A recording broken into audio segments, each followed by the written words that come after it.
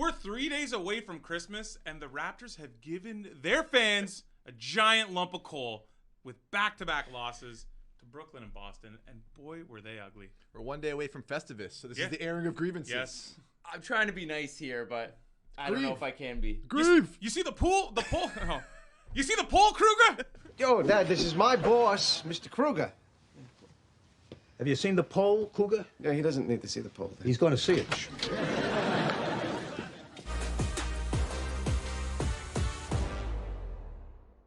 This is Basketball Island. Hein, Hambone, Fab, Wes, out sick.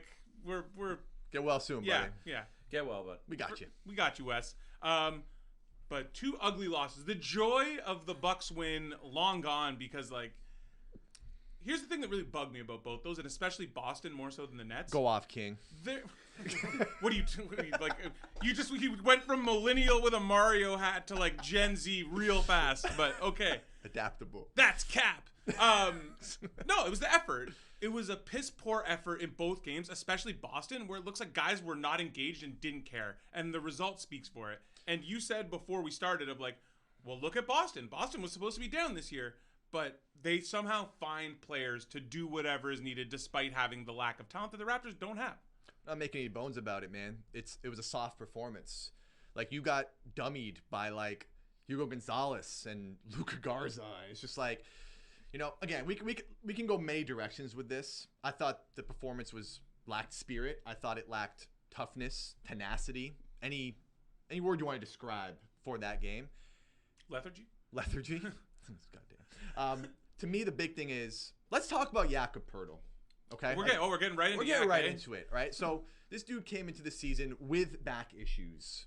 Raptors did not address that. The front office did not address that. He is so important to this team. He is the only legitimate 7-footer that they have that can actually do big man things, and they did not get that in that Boston game. I think they lacked that as well in the Nets game because he left in the first quarter with back stiffness.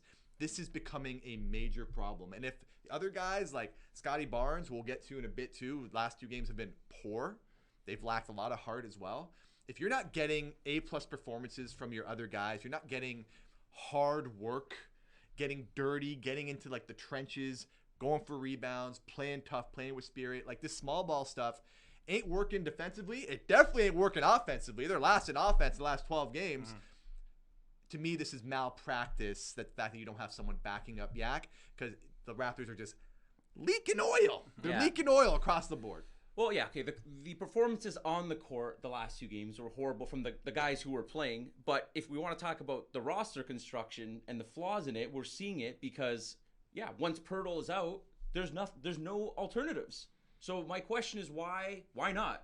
Why has Bobby Webster not looked at any kind of other 7-footer to put on this roster? Sign a guy from the G League. Sign someone off the free agency pool. Do something. And if you have to get rid of somebody who's on the team, so be it. But you can't play these games with no center. It's just, you're always going to get dummied by anyone with size. It's very easy for opposing teams. And a team like Boston, they have a clear identity on who they are. They want to bomb threes. But they also protect the paint, and guys buy into their system, and they're well coached. And it was clear as day the difference in the organizations on Saturday. You could just see it. Well, but that is you sent the clip before the Joe Mazz one of like, go get rebounds. You're not getting rebounds? Get 5 guys who are going to get rebounds. You can clearly see that those guys on Boston are scrapping and playing hard all the time, and that comes from the top down. Whereas with the Raps, that's back-to-back games where it's like, how many times do you just see guys kind of standing around, ball watching, both offense and defense? Sorry. No, go ahead. Now, to the point about Yak, I just want to be very clear. When Yak is healthy and when Yak is playing, he has been very good. He's important to both what they do offensively. Him and Scotty have a nice little two-man game with pick and rolls, dribble handoffs. And quickly, too. So he's really good. But the best ability is availability. And this guy can't get on the court. 30 years old, locked into what, 29, 30. Do you want the numbers for the contract? Hit me. So 26, 27, 19.5 mil, 11.75% of the cap. That's next year. This is where it gets crazy now. 27, 28, 27.3 mil, 15.66% of the The cap. extension. 28.29, 29.4 mil, 16.11% of the cap, and then 29.30. I think Fab, you said there's some partial guarantees in this that they can get out of it. Partially guaranteed. 27.3 mil, 14.21% of the cap. That's ugly. So you've locked yourself into Pirtle for a while here. He started the season hurt. It pains me, man. It pains me. So that's tough in itself, right? There's a softness with this team. There just is. It's palpable. You can see it. Guys are getting dummied. The little things are not happening. I thought Kia Nurse did a great job on the broadcast highlighting just getting beat on back cuts, losing the effort plays. Like Peyton Pritchard, like he's grabbing offensive rebounds in the paint. If someone just started watching basketball for that third quarter or whatever, it'd be like, is this the best basketball player in the NBA right now? Yeah, it's bad. And to your point about the roster construction as well, like Raptors don't have space on this current roster. They're going to have to make a move, not just for tax, but now to your point, if they want to get a backup big, if they want to sign someone's got to go. Yeah. Ochai Agbaji, Garrett Temple. I'm not prepared to kind of cut bait on Jacoby Walter. I'm not ready to cut bait on Grady Dick yet, although they've been too inconsistent, quite frankly. They are also pretty not great defensively at times. So it's just, I agree. There's an imbalance at the moment. And to me, it's just, you're not playing hard enough. You're not tough enough. It's exactly that. It's the performances on the court were horrible. And the guys who were playing weren't nearly good enough or scrappy enough. But then I look at the options they have, and I'm like, what are they supposed to do? Is there a guy who can rim run? Is there a guy who can catch a lob on this team? Do you have any reliable shooting off the bench? Because Grady Dick's not hitting threes. Yeah. Jacoby Walter, when he puts it on the floor, I expect a turnover right now. These guys are seeing ghosts off the bench right now. Clowney absolutely rejected his at the rim. It was, oh my God. They tried to dunk it. Good for, I don't even know when it made the dunk, but Clowney just sent that stuff back. Like, it's just, it's tough to watch. Even Shed, listen, he's a very valuable point guard off the bench, but he's not a great shooter. Your toughest guy can't do everything. And your toughest guy can't be under 6 feet. He just can't. Hold on, no. If we're relying on Jamal Shed to be one of the 5 best players on this team, then this team has a lot of problems. And credit to Mamu too. He's hitting threes. He's doing all that stuff, but he is abhorrent defensively. He's not a rim protector. He's not tough. All. He's getting beat. If he's your backup center, he is miscast, and you are putting him in a bad situation. And it sucks because he's had a good year. I think the funny thing about Bobby Webster too is he's had a dream. He said this publicly before that he'd want to build a team of 6'9" guys, right? So my thing is that okay, if you want to build a team of length and athletes, then okay, that should work on at least one end of the floor. Yeah, it's not working on offense. But look at the OKC model of everybody 6'7" versus whatever this is, and they're completely different things because those guys are defensive and intensity first. But OKC also has Chet Holmgren and Isaiah Hartenstein. And what do those guys do best? They're defenders first. That's the thing. So the way you're looking at this roster is you can be this versatile team across the board, but you got to be good at something. They're getting destroyed on the defensive glass. And they're also not spreading teams out because Scotty Barnes' shooting kind of wanes. Brandon Ingram, although he's been good offensively this year, he's the only one you can kind of count on that team offensively. He's not a three-point shooter. When you bring in CMB, and again, he's a rookie, unfair to put pressure on him. He's not a three-point shooter. That was his main detriment in college. So, you just kind of, it's a give and take. And RJ Barrett, bless his heart, man, please come back soon. Wow. You need some so it's come to this. We need some dudes who can play ball, who can actually put pressure on the rim, who can give you a utility that can help you win games. Because right now, the offense is dead last in the league, since he's been out especially, and the defense and the rebounding is not there. It's just not there. So do you think, does Barrett's return, how much of RJ's return fixes this? It helps a lot on the offensive end. At the very least, a guy who can put some pressure on the net. That Boston game, no one could get to the rim. Yeah. Literally nobody could get to, even Barnes, he had no chance. Ingram's not really even going to do that much of that, but Barrett fixes that a little bit. I mean, he's not a great shooter, but at least on spot ups, he can find his rhythm sometimes and hit some threes. He can push it in transition. At this point, I'll take anything. And RJ's not the savior because defensively he's kind of hit and miss, but he was still putting effort in defensively though this year. For sure, he would help a lot. And overall, the roster is just not good enough to account for Pirtle being out, RJ being out. When they're all healthy, it looks better. And listen, I'm going to shine one ray of positivity is that 17 and 13. Yeah. They're probably a little bit ahead of where people thought they were, but it's a bad sign when you can't beat a good team. Who's the best win they have this year? What's their best win? Hawks? But like even those Hawks, the Cleveland wins now don't look they don't look good. So at have all. they beat a good team? Milwaukee Have they actually at beat an home. actual good team? When Not Giannis, really. When Giannis was there at home. Oh, dude, to your point about them not really beating anyone, they're 0-7 against the top 10 offenses this season. So I mean, you're a paper tiger at that point, You're a right? paper tiger. The Yeah. Raptors are a paper Now tiger. they're now I think minus 220 to make the play. It's like that they were like a heavy playoff favorite for a while, and that is definitely. So I just wanted to make one more point about accountability and like, okay, we're going back to 2014. Masai Ujiri sat Kyle Lowry before he signed him and said, "You need to be better." He called him out. Yeah. Even after they traded DeMar DeRozan, he sat down with Lowry and said, "Either get it together, man, or you're out of here." These are the conversations that you have to have in good organizations. And I worry the Raps have overcorrected on the positivity stuff. Sure. Now, I don't mind being positive, trying to be hopeful for each other, but you have to have conversations sometimes. Like, these guys can't all be thinking that they're better than they are because the results aren't reflecting that right now. So is Darko going to be willing to have a tough conversation with Emmanuel quickly? Is Bobby Webster going to have tough conversations with guys on the roster? I don't think so. I don't think they're built that way, and I don't know if their culture is going to operate like that. So that's an excellent point about the culture. You're dancing around it. Let's talk about Scotty Barnes. Yeah. So we've praised him when he's been putting up numbers, showing engagement, maturity on the defensive end of the floor. The last 2 games, he's been incredibly passive. So why though? Why is there a disconnect with guys on the court? Is it just him saying, like, is he being alienated in the offense? Is that Darko's fault? To be honest, I don't have the answer to that. I don't know why. It's easy to poke holes and like look at body language and make determinations without knowing anything. All I can do is judge it based on what I see on the floor, and he has not been aggressive enough on offense. Yeah. When teams go on runs, you need your alpha, your best player, to punch back. You see Peyton Pritchard or Sam Hauser on you. Yeah.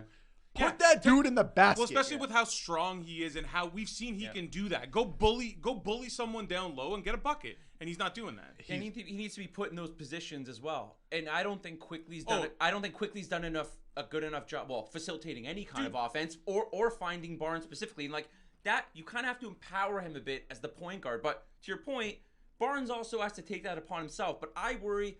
Here's the thing.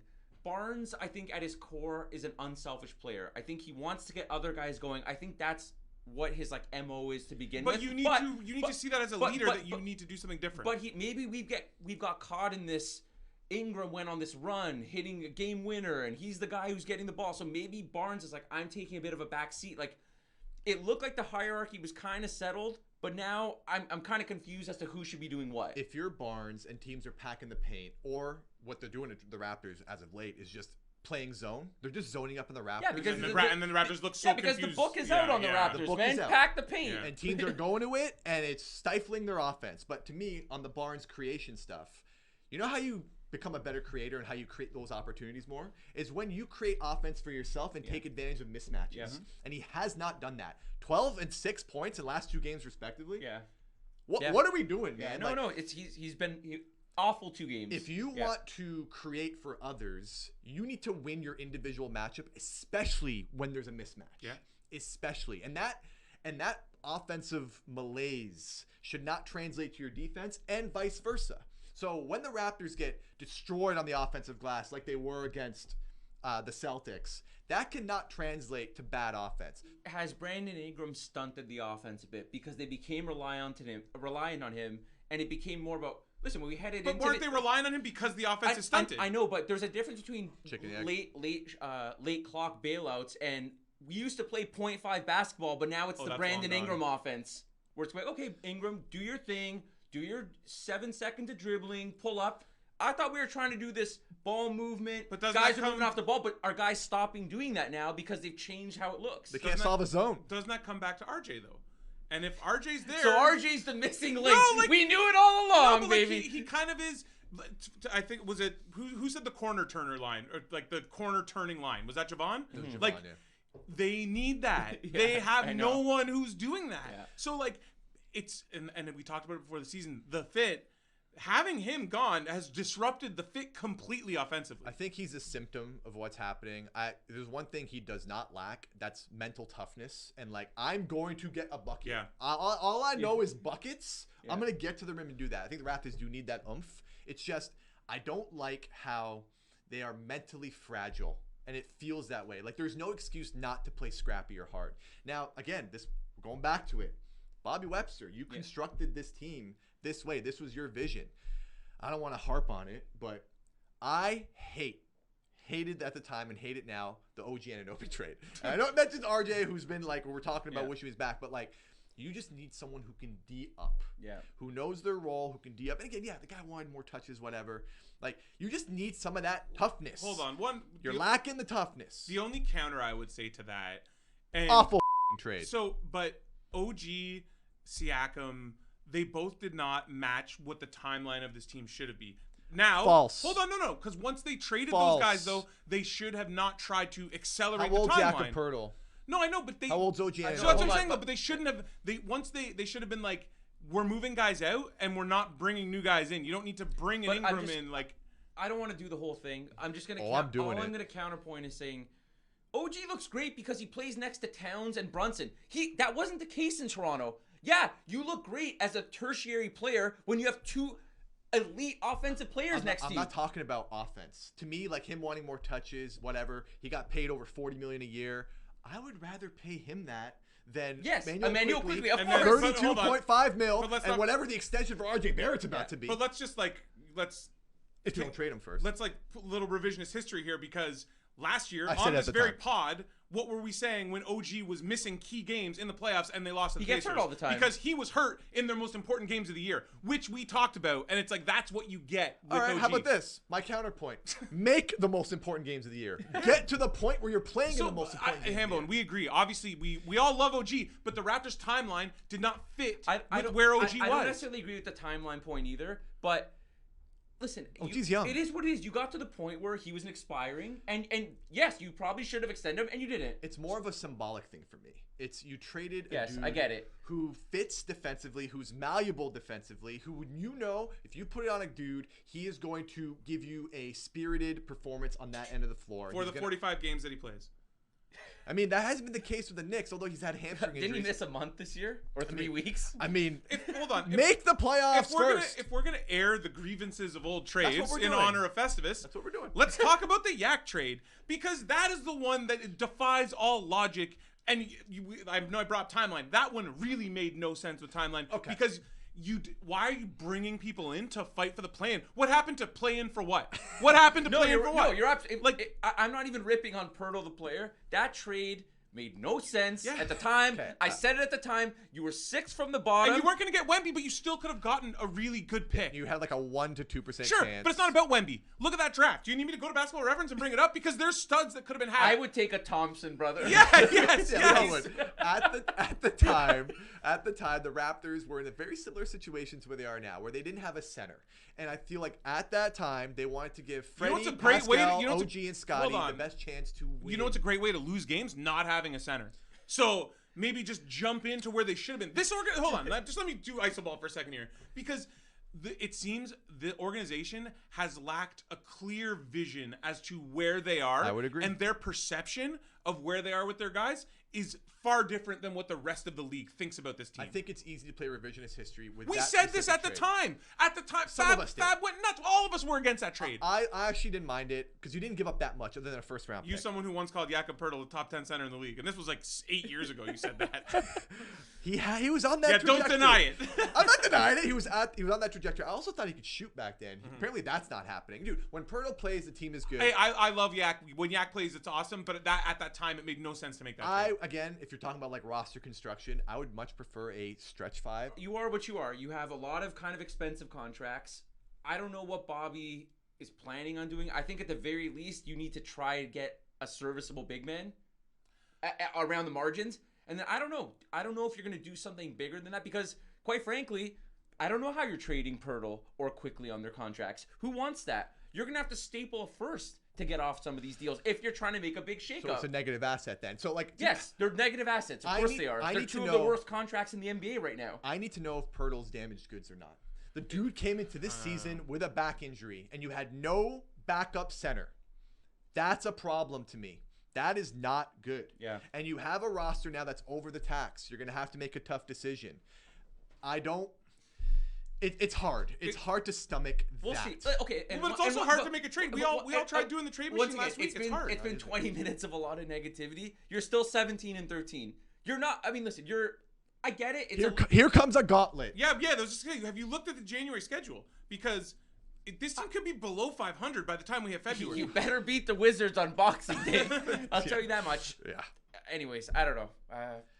That's it for me. I don't know what. It's a DNA thing for me. Yeah. It's like these players aren't going to change at this juncture. I don't think, to your point, Quickly's an immovable contract at this point. RJ Barrett's due for an extension. That's a tough decision. He has another year after this. Jakob Poeltl's back don't work. Like for the Raptors, like training staff, like if you're going to get credit for keeping Ingram healthy, which has been great. And he turned his ankle against the Nets too and came back in that game. Like, okay, cool. Like he's showing some toughness in that regard. If you're taking credit for Ingram's ability to play the most minutes in the NBA this season, if you're taking credit for that, you got to take some blame for this Poeltl.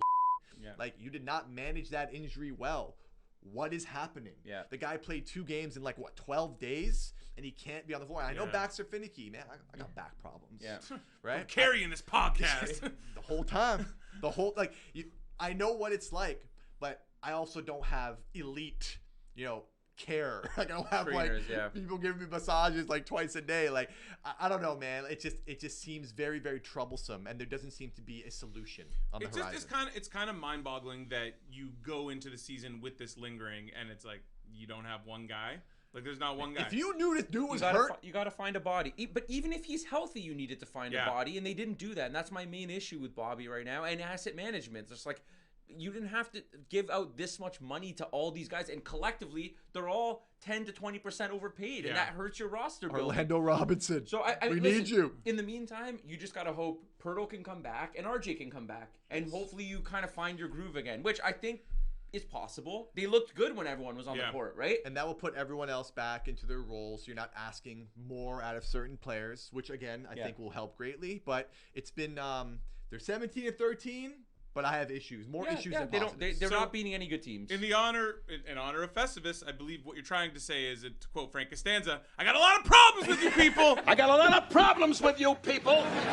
Now you're going to hear about it. So on that note, though, let's... what happened to your horse? Let's go. We've done this every year. Time for the Basketball Island future gift exchange. Let's just set this up a little bit. We've done this the last couple Christmases. Fab organizes a lovely little white elephant, and we each buy each other. We each buy each other the gift of a future. Now, Wes's gift to me last year hit. It was like the team LeBron scores is whatever. Like Wes actually. I think that's the only one. Yes, he puts thought and care where I'm just gonna. So FanDuel just takes our money basically, but hey, it's fun. So now Wes isn't here. So the gift for Wes. Is it fun? So this is to Wes. We've got.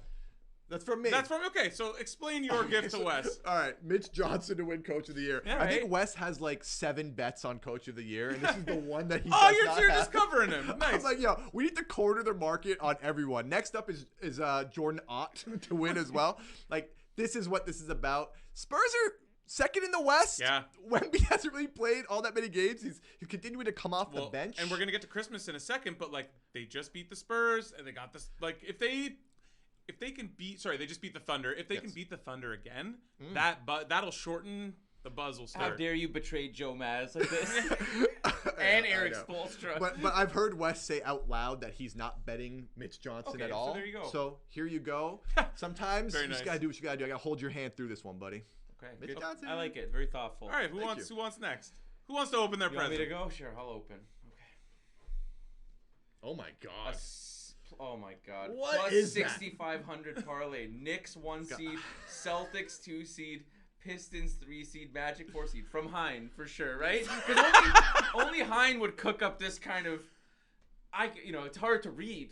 But yeah, I mean, listen. Hey man, you know what's the best about that? That's gonna happen. I like that bet so much when I made it for you, and I'm like, I'm making it for myself too. So we're in this together. I mean, listen, it's I'll bet it too, Dan. those definitely feel like the best 4 teams in the East. So I do hope they end up in that order. I mean, it's pretty decent. So all it takes is and I'll be laughing if 65-1 hits. Yes.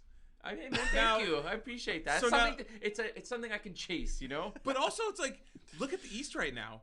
I don't think Knicks are trending towards that 1 seed. The way Boston's playing, potential Tatum, say like March.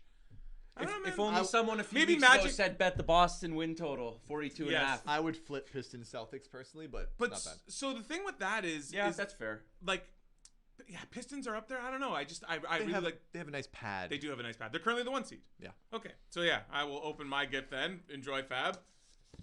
We got same game parlay, so almost 13-1 here. Thunder 74 wins, already on it. Raps, so you basically just took all this from you, right? No. Fab. What? Is this from you? From Wes then? From Wes, Okay, so got you. Wes just took all of the things that I love. And honestly, like, what's not going to happen here? Like, Thunder. Well, Thunder. I mean, Thunder is not looking. The they've loss right now. lost a couple. The That's- loss at Minnesota. They need a 10. They need like a 10-game win streak, which is possible. which is very possible. But if they lose on Christmas, Thank you, Wes. That is great. I already have all these bets anyways, so I just love that. Now they're together. Now they're together in a lovely Christmas gift. All right. Finish it off, Hambone. This is from you. The Clippers to make the playoffs. Oh, God. No. I'm not betting it. It's no chance it's gonna freaking happen. Well, you don't have to bet it because Fab already bet it for you. You bet it. You bet this for me. Yeah, of course. Send the slip, man. Send the slip. They are aspiring. The to more make you the look at playoffs. it, it's not changing, man. I'll try and make an aspiration joke. you know what? Zubac is out for like 3 weeks. The aspiration joke I is bet it before. And Oh my no, God. hey, this is a seed that Fab had planted that will grow into a money tree. No, you know There's what? your You aspiration know what joke. this is? Last year, Hambone had me, and he gave me bucks to win the East, a lump of coal, and I said, you know what? I usually give good gifts, but I'm returning the favor, man. Enjoy this. Dude, plus 430 is pretty short. Because if you actually look at the West, the play-in section is kind of a mess. So man. I don't know, man. Hey, you know man, what though? it's You funny. always rep Kawhi. You rep Kawhi. I love Kawhi. Although, doesn't seem like a great dude. No, No, that's seems another. like- seems- Anyways, like a bad I dude. hope I'm rooting for you, man. Hopefully, I can get in as an 8 seed. Hey, Thanks, man. now you and Ghazi, you're together. Yes. Ghazi loves his Clippers. Synergy. Yeah. Okay, now let's look ahead to Christmas because we got an unreal slate. Clippers. Just give me the thing. What is that? Oh my god. So, Knicks, Cavs, Spurs, Thunder, which is game of the day, and I love that Spurs Thunder is not during dinner time. That was always my big beef with NBA on Christmas, is you put the best game while you're eating dinner. So we got Spurs Thunder to prime time, Mavs Warriors, Rockets Lakers, T-Wolves Nuggets. I think for me, I'm most looking forward to that Spurs Thunder game just because of what we just saw in the semis. Like we were all at the bar together, kind of just watching that game. And then it's like, wait a minute, are the Spurs actually going to win this? And this was still with Wemby coming off the bench, playing only, 20 to 22 minutes? So, I don't know, man. I'm hyped for that. But do you want to get into bets, or do you want to talk about those games at all? I think it's a good slate. That game is definitely the most intriguing to me. I don't think the NBA would have said that, but now with Wemby and kind of just burgeoning on the cusp of like just superstardom, being that dude, and gilgeous-alexander, heavy favorite to win MVP. How can you go wrong with that? I actually think the Spurs match up really, really well with the Thunder. That spread is what, 10.5? 10, it's way too high, but also the Chet Wemby beef, which goes back to like USA basketball. Like Why does Wemby hate Chet? I think it's more Chet hates Wemby, right? No, I think it's Wemby hates Chet. If I I had hate to- the strong Well, word. because USA won that under 18s okay, or gotcha. whatever, right? I think Chet's come out and said that there isn't anything there. I think to me, if I were to guess, I would say the hate's coming a Wemby little threw more from serious Wemby- shade, man. Yeah, Wemby to Chet. Yes, I would say it leans that way. That spread's 10.5. too big. I think you just got to take the point. But I think you take the points. Trap? maybe OKC rolls by 20. You never know, right? Will the Thunder get them back They for might. that? They might. They're at home. They got it circled at this point. I just think they match up pretty well. I think that game. There's a chance that game is close and then Thunder pull away. You know, it's a good slate, man. It really is. It's a great Cavs making it into the game kind of stinks, but what are you going to do? Before the season, that was like an Eastern Conference Final. So that's my preview, best right? bet. Knicks minus 5.5. Yeah, I mean the way they're playing and the way the Cavs look, I don't hate it. But how did the Mavericks make it onto Fraud this? alert. Hey man, fraud Cooper alert. Flag's been the last I 2 know, weeks. but- Cooper Flag's been like kind of not must watch, but Cooper Flag has been very entertaining to watch. Cavs are frauds. Rockets, Lakers, fun. So- T-Wolves, Nuggets. That's a rivalry. So game let me too, go. right? Rockets Lakers, my best bet. Rockets -3. Wow. If you See, I like the opposite. But dude, look at the Lakers schedule. I'll tell you because I've looked at this before. The last time the Lakers beat a good team, the Spurs on November 5th. Yeah. They do not anytime they play good teams on the season, only other good win, Minnesota twice and Miami. They don't really beat good teams. But I'll say this though, they had Braun out for a while. Reeves has been hurt recently, so Luka's had to do some heavy lifting, and even he missed a few games here and there. So Rockets the Rockets aren't covering themselves in glory right now, man. They just lost to Sacramento. Yes. They blew to your Pelicans a 25-point I know. lead. So Hey man, Pelicans kind of caught fire. I don't know. You know why? Because I sent a message. I kind of just Lakers a dog at home in a primetime game. I don't hate it. I just feel like this is Ime will have them showing up. Like Rockets have some bad losses playing down to the level of their competition. This is a nice showcase for what I think is the real. You're a Rockets. square, dude. I still love it. Luka and LeBron at home at Christmas. Yeah. They're gonna How is show that? up. Sorry, fading that is the square bet. Fading Luka and LeBron. That the public will be all over Luka and LeBron. I think to me the That Rockets. I think you confuse sharp with square. You're not as sharp. I was on the Jags last night. I also love the Udoka LeBron beef. Yeah. They seem to go at it a lot. Hey, hold on. My main point is just that the Lakers, anytime they play a good team, they sort of kind of wet themselves. That's all it is. I think okay, fine. I just think the Rockets on the road as a favorite in a place where if LeBron's gonna get up for one game. Hey, hold on. If LeBron's going to get up for a game, did you see this quote? I'm going to be completely honest. I would like to be home on the couch with my family. That is what the guy who you just said needs to be up for this game said about playing on and he's Christmas. going to try his hardest that game too. That's just what he does. Man. That's what LeBron does. Is LeBron? I feel like his joy for the game is faded. Yeah. I think this is the end, right? I think he has one more year after this. You think after this? I think he has one more year as well. I mean, he was asked. Not with Luka. He was asked about Keontae George and said, "I just watch golf highlights on YouTube now." I think he's playing the it up. game. That's what he does. Yeah. He plays it Yeah, up. I'm not the biggest fan of social LeBron, but come on, Christmas. He's saying that he's laying low. He's being coy, and then he'll come out and try and record triple double. Obviously, bet LeBron triple double. Obviously, I'm going to bet his Godfather and we'll bet LeBron triple double because it's a Christmas showcase. But I just think the Rockets will win that game because of the Lakers' struggles against good teams. But what's your Fab? What do you got? Well, I like Lakers +3. So we're going on. How are we supposed to make that a parlay? I don't know. We're gonna have to figure something out. Okay, on the fly, new bet. I will Connor loves it. on the fly, new bet. I'm gonna take the Wolves +4.5 at Nuggets. Okay. Okay. Rivalry game. I like the way they're playing. That's a blood feud, man. Yeah, I it just is. think that's too many points. I think that's a one possession kind of game. And that is the perfect segue to where we're going to finish the Joe Mazz Minute. You said the word wolves. Oh man.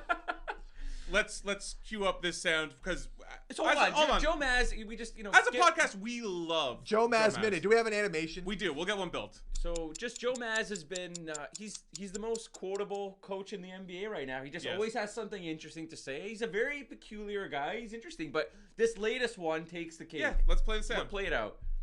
I'm trying to convince my wife to, we obviously have a dog, but I'm trying to convince her to get a wolf that just kind of roams the area of our house, as like a kind of extra layer of protection. But apparently the trainer said that another guy had one and it turned on him in the middle of the night. And I was like, he just didn't have a good enough relationship with him. Okay, so Joe Mazz, honestly, if you, Hambone, I don't want to make this a compliment. Absolute lunatic. You are the most like Joe Mazz of anybody in my life. You are the closest thing to Joe Mazzulla that I think all of us thing have. you've ever said to me, So, and I agree. I love that in this story, though, he says that he wants a wolf to protect his house, but also completely he knew understand. someone who had a wolf, and then the wolf turned on him in the middle of the night. He didn't take care of that wolf, no. So But why? I don't understand. How are you? What the wolf's just gonna roam the property? Yeah, and Hambone was adamant that this was a great idea. So defend your boy here. So I'm a big moat guy. I like building a perimeter around where I lay my head at night, where I rest. And a wolf is a great layer of protection because who the hell is gonna try you with a wolf? Now, yeah. Are you gonna feed it? Of course. Hold on. With what? Meat. Rabbit. Rabbit. Throw pounds of flesh. Lannisters wasted no time trying wolves. And how did that go? How dare you? So rabbit. Well, whatever you can find, man. I agree with the idea. Will the wolf hunt off the land, or you will have to go? Because if you're then feeding the wolf, isn't the wolf going to get? Not well thought out. And I'm assuming Joe Mazz lives on like some 10-acre farm in New England. You live in like an average place in North York. Yeah, okay? Scarborough. So there's no room for the wolf in your backyard. There is not. No, I think my neighbors wouldn't be too happy with it. You definitely need to have it needs to be room to roam. So you know if it's howling at night, are you telling it to be quiet? No, that's he's letting himself out. Let a wolf howl. Hambone will be on the porch howling with him at a safe distance. That's my wolf, dog. I think point being though is that Joe Mazz is absolutely insane, and I love how authentic it is because this just seems like seems like the realest dude in the history. It's of who dudes. he is. He's weird. He says stuff that's weird. You know, to me, it's authentic. Yeah. I think I don't think he's playing it up. I think he actually believes in a lot of the stuff he's saying, and I think his players recognize that as well. I think we average like a Joe Mazz clip like every 2 days. Yeah, like something. That's why we need the animation, the Joe Mazz minute stuff from October. Like he was saying something a clip from October where he's just like he answered the same question over and over. The rebounding one, right? Five guys who can rebound. He's gonna find 5 guys who can rebound. 5 guys who can play. 5 guys who can rebound. It's like, you know what? I saw that against the Raptors. That was exactly what we saw. That's what I against saw. The Raptors. 5 random dudes who just really good at rebounding, and they whooped the Raps. So just remember for next year for our white elephant to get Hambone an actual wolf. Oh man, that's it for us. This is Basketball Island. You can catch us on YouTube, Apple, Spotify, wherever you get your podcasts. Merry Christmas. Merry Christmas. I thought you were gonna howl. That was worthy of a howl. Playoffs.